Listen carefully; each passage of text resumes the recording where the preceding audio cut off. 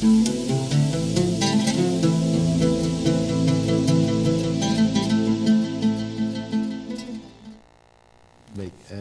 para pemirsa CTV yang dimuliakan Allah Subhanahu wa taala. Kembali lagi kita di Ustaz Menjawab, dan kita sudah bicara tadi berkaitan dengan hal-hal yang menyangkut tentang kehidupan warga Palestina di tempat mereka sendiri ya. Setelah mendapat perlakuan yang sangat-sangat tidak manusiawi dari negara Yahudi. Baik, mungkin ada hal-hal baru yang ingin Syekh sampaikan berkaitan dengan Palestina hari ini. ممكن أن تتكلم عن المساعدات التي وجدتم التي حصلتم من الدول الإندونيسية من الدول العربية وكذلك الدول الأخرى المساعدات التي أشد احتياج إليها. نعم، الحمد لله الذي هيأ لنا مؤسسة ACT لكي تنقل إلينا هذه المساعدات وتنقل المعاناة التي يعانيها أهلنا في فلسطين وقطاع غزة بالتحديد. فالحمد لله أن هيأ لهم هذه الخبرة الكبيرة في نقل هذه المساعدات. الدول العربية تقدم لنا بعض المساعدات الإنسانية وعلاج وأدوية، لذلك نحن أيضا ما زلنا نحتاج إلى دعمكم ونحتاج إلى مساعدتكم معنا في قضيتنا الفلسطينية. Jadi beliau menyampaikan bahwa melalui lembaga aksi cepat tanggap ataupun ACT, semua bantuan ataupun semua donasi yang telah diberikan oleh rakyat Indonesia dapat disalurkan melalui lembaga ini, dan hari ini dirasakan oleh saudara kita yang ada di Palestina. Sedangkan negara-negara lain ataupun negara-negara Arab, mereka hanya memberikan bantuan berupa bantuan kemanusiaan. Mereka hanya menganggap kita sesama manusia, jadi perlu dibantu. Jadi bantuan yang diberikan oleh negara-negara Arab ataupun negara-negara lainnya sangat terbatas, berupa bantuan seperti obat-obatan, tapi sangat minim. Sedangkan Indonesia adalah pemberi bantuan terbanyak, selain juga dari negara Turki, negara Qatar, dan juga Yordania. Itulah negara yang selalu mendukung saudara kita yang ada di Palestina. Jadi hari ini beliau mengatakan masih membutuhkan dukungan dari kita semua, masih membutuhkan ulur tangan kita semua, sehingga apa yang kita berikan hari ini suatu hari nanti ataupun dalam waktu dekat negara Palestina itu dapat terbebas dari jeratan kaum Yahudi. Masya Allah, luar biasa. Ini semangat anak-anak muda beginilah Syekh ya. Jadi memang saya juga mendengar informasi-informasi berkaitan dengan anak-anak remaja dan pemuda yang hafal Al-Quran di Palestina ya. Bahkan saat-saat mereka dalam kondisi kritis ya, setelah mendapatkan ditembak misalnya oleh tentara Israel ya, mereka justru pada saat kritis itu mereka keluar ayat Al-Quran seperti itu, bukan malah mengadu seperti itu. كيف أحوال حفاظ القرآن في غزة أو في فلسطين يعني؟ الحمد لله أهل غزة كثير منهم خاصة الشباب يحفظون القرآن الكريم، وعدد الحفاظ في قطاع غزة ما يقرب من 200,000 حافظ لكتاب الله تبارك وتعالى. Jadi alhamdulillah kita mungkin sering mendengar informasi bahwa di Palestina itu terdapat banyak remaja yang sudah menghafal Al-Quran, dan juga beliau mengatakan bahwa hingga hari ini mungkin mencapai sekitar 200.000 para penghafal Al-Quran di Palestina. Dan juga Syekh sendiri, beliau memiliki 5 anak, dan yang paling tua itu umurnya 7 tahun, dan alhamdulillah hampir khatam 30 juz. Dan juga dengan usia yang masih sangat muda, dengan usia 7 tahun, beliau sudah mengajarkan cara mengangkat senjata, cara berjihad, cara berjuang. Karena kita mengetahui bahwa syarat untuk menjadi pejuang di Palestina itu, syarat utamanya adalah harus menjadi seorang penghafal Al-Quran. Apabila belum menghafal Al-Quran, mereka itu tidak bisa berjihad, mereka tidak bisa berjuang. Itulah kondisi para remaja di Palestina, sangat semangat ataupun termotivasi untuk menghafal Al-Quran. Saya teringat dengan ungkapan dari seorang sahabat Rasulullah ya, namanya Sa'ad bin Waqqas. Beliau mengatakan, kunna nu'allimu abna'ana maghazi Rasulillah SAW kama nu'allimuhum suratan Al-Quran. Ini antara Al-Quran dengan jihad itu tidak akan pernah bisa dipisahkan. Saya. Bagaimana? Kaifa ra'ayukum?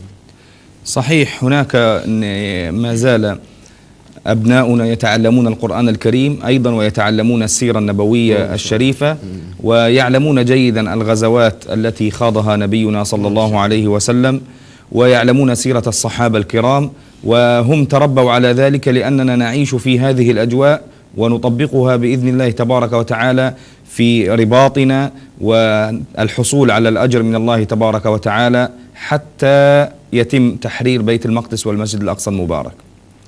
Jadi hingga hari ini warga Palestina terus berjuang ataupun terus menghafal Al-Quran, sebagaimana juga mereka mengetahui apa yang telah dilakukan oleh Rasulullah, juga mereka membacakan surah Nabawiyah, dan juga negara mereka adalah sebagaimana negara pertama Rasulullah melakukan salat berjamaah bersama para anbiya. Jadi apa yang dilakukan ataupun peperangan yang diikuti oleh Rasulullah, mereka tetap menerapkannya hingga hari ini. Karena antara Al-Quran dan jihad ini memiliki kaitan yang sangat erat. Jadi tidak bisa dipisahkan antara Al-Quran dan jihad tersebut. Wakif bil Quran, saya bahasa Indonesia aja lah.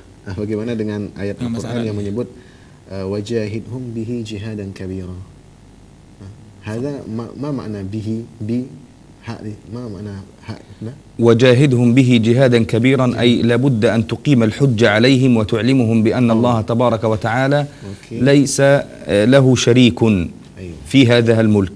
لذلك الله تبارك وتعالى يريد من النبي صلى الله عليه وسلم أن يقيم الحجة على المشركين من قريش، وكذلك نحن نقيم الحجة على أنفسنا ونقيم الحجة على الأمة الإسلامية بحفظنا لكتاب الله تبارك وتعالى من أجل أن نستمد القوة والنصر من الله تعالى. Okey, mungkin bisa diterjemah ke apa saja yang sampaikan. Fadal, terjemahkan. Tadi ayatnya gimana Ustaz? Wajahidhum bihi jihadan kabira. Jadi beliau mengatakan ayat Al-Quran ini mungkin Ustaz lebih tepat menerjemahkan ayat tafsir Ustaz. Silahkan aja Ustaz. Enggak ada, fadal. Jadi في سورة الفرقان وجاهدهم به جهادا كبيرا أي أن النبي صلى الله عليه وسلم مأمور بأن يقيم الحجة على المشركين في قريش بآيات الله وأن الله ليس له شريك لا معبود بحق إلا الله لا إله إلا الله.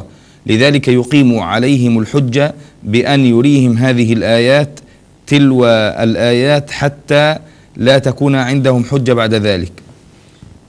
Jadi melalui ayat ini Rasulullah menyampaikan kepada kaum musyrikin untuk berjihad dan juga untuk mengalahkan hujah-hujah mereka, hujah-hujah kaum Yahudi bahwa tiada Tuhan selain Allah. Jadi ketika berjihad Rasulullah menganjurkan untuk membawa ataupun memberikan ayat-ayat lainnya untuk menentang hujah-hujah yang dilakukan oleh kaum musyrikin. Masya Allah, subhanallah. Baik, saya tanya ke ACT lagi lah. Ya, baik. Jadi ACT ini kalau di Indonesia pusatnya di mana? Kita pusatnya di Jakarta, Pak. Ada perwakilan daerah di daerah-daerah, provinsi-provinsi? Ada di 28 cabang, kantor cabang kita ada di berapa provinsi? Di kalau Sumatera kita alhamdulillah sudah. Sumatera tinggal Bengkulu dan Jambi yang belum ada kantor cabang. Kalau di Jawa sudah semua. Di Kalimantan sudah, Kalimantan Barat, Kalimantan Timur, Kalimantan Selatan sudah, di Sulawesi baru ada beberapa provinsi yang kantor cabang, kantor unit itu 2 sampai 3.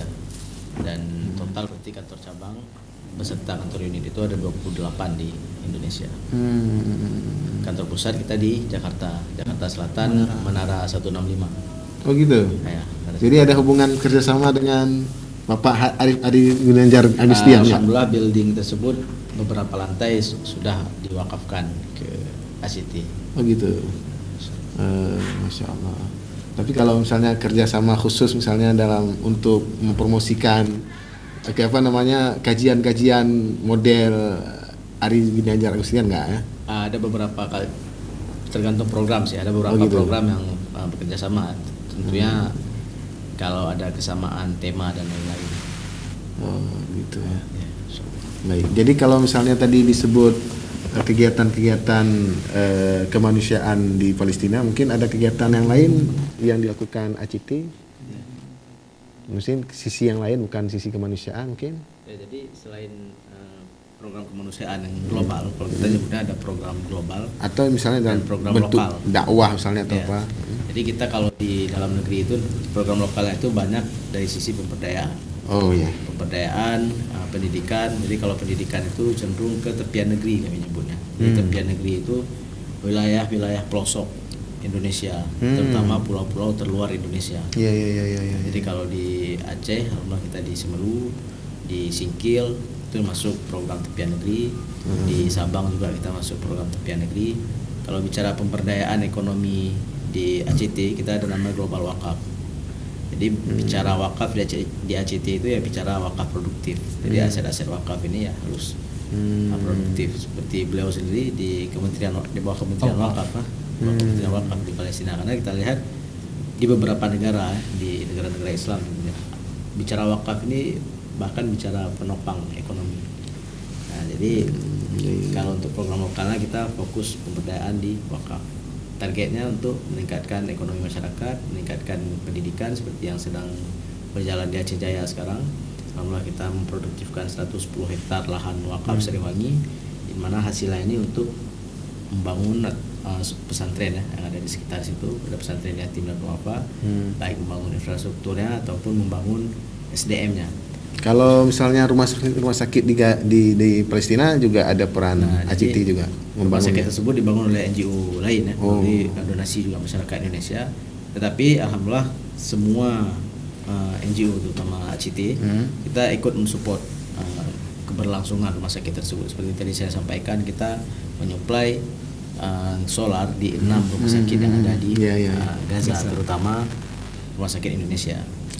Selain itu juga di sana mungkin tadi belum tersebut program Winter Aid, program musim dingin, karena musim dingin di sana itu suhunya bisa minus 15 kalau lagi parah-parahnya.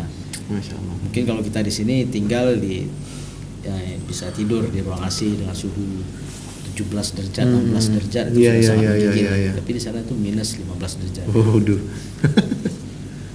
Tapi bisa survive ya dalam kondisi cuaca yang seperti itu. Di saat musim dingin itu kita fokus program kita, namanya Winter Aid program, dan kita selalu setiap tahun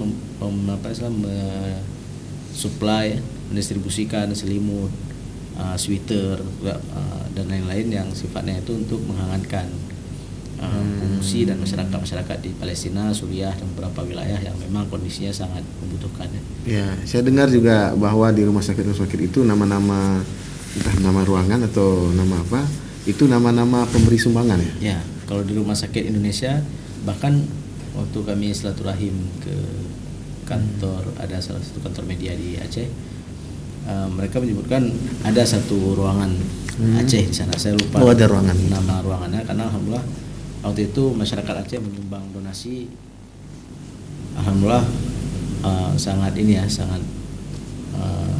dan beberapa referensi saya dengar bahkan terbanyak se-Indonesia.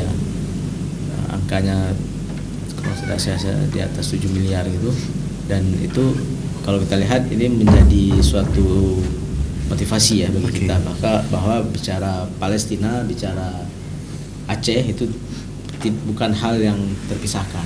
Jadi masyarakat Aceh itu melihat Palestina ini bicara emosional, dan masyarakat kita sangat ingin membantu Palestina. Bahkan ada yang seperti kemarin alhamdulillah kami silaturahim ke Wakil Bupati Aceh Besar. Wali Dosa ini, beliau bahkan ingin menginstruksikan santri-santri beliau untuk ke Palestina. Masya Allah. Alhamdulillah penerimaannya sangat baik, dan ini bentuk ya, bicara Wali Dosa ini beliau pasti representatif ya dari pemerintah. Betul. Dan insyaallah apa yang beliau sampaikan yang mewakili juga masyarakat Aceh Besar tentunya gitu. Dan saya kira itu menjadi harapan dan persepsi bagi semua masyarakat yang ada di Aceh, insyaallah. Ya, saya juga mendengar ini berkaitan dengan ini juga saya tanya ke Syekh ini ya. Saya dengar juga dulu bahwa kemerdekaan kami Indonesia ini itu yang pertama sekali yang mengucapkan selamat adalah Syekh Ismail Hussein, Mufti Palestina. Apakah Syekh mendengarkan juga kabar seperti itu? Mufti Palestin? Syekh Ismail Hussein. ليس اسماعيل حسين. لا قديما هو فيصل الحسيني. Faisal Husaini, Aina. ada Ismail Husain. Yang enggak maksud saya gini, yang memproklamirkan, yang mengucapkan selamat atas kemerdekaan Indonesia.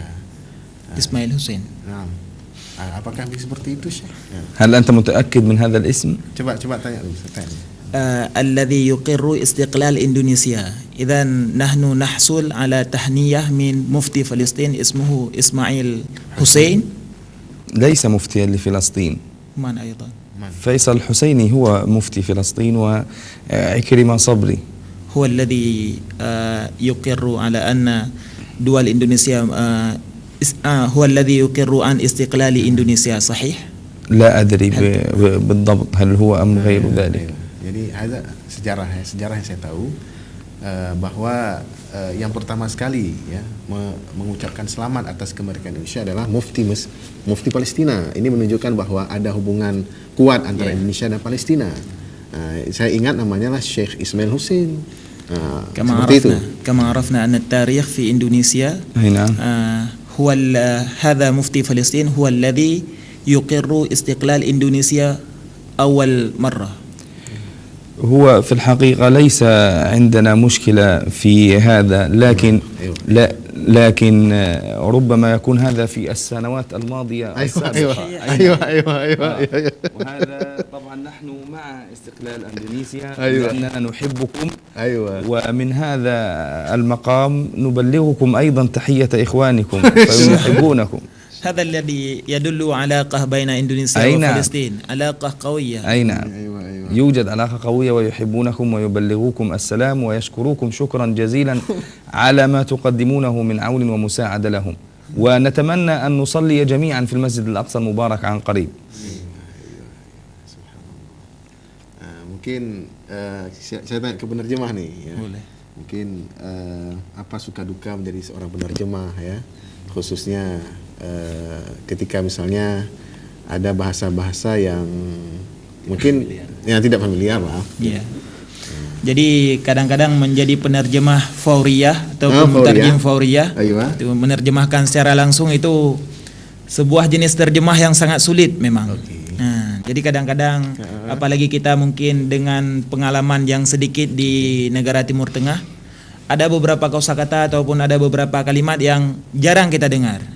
Jadi mungkin ada semacam kamus sebagai panduan sebelumnya. Insyaallah. Ada kamus-kamusnya. Jadi ketika beliau datang ke sini mungkin kami berbicara dulu, kemudian ada istilah-istilah penting yang memang belum pernah terdengar, kita cari di kamus. Oh gitu. Ataupun kita baca di ada internet. memang kamus ini, kamus ada. resmi. Saya sering mengambil referensi di almaani.com. Almaani.com dan juga Lisanul Arab. Itu bahasa-bahasa Arab. Bahasa-bahasa Arab yang familiar. Oke. Seperti itu ya. Baik. Jadi saya tadi memang kalau disuruh terjemah sama saya juga nggak paham gitu. Karena kita sudah nggak biasa lagi bercakap bahasa Arab gitu ya. Iya benar. Baik, para pemirsa CTV yang dimuliakan Allah, kita masih punya waktu berapa menit lagi. Dan tentu saja pembicaraan tentang Palestina tidak akan pernah bisa selesai ya, selagi memang masih banyak masalah-masalah Palestina yang masih belum terselesaikan. Baik, kita akan lanjutkan setelah pesan-pesan berikut ini.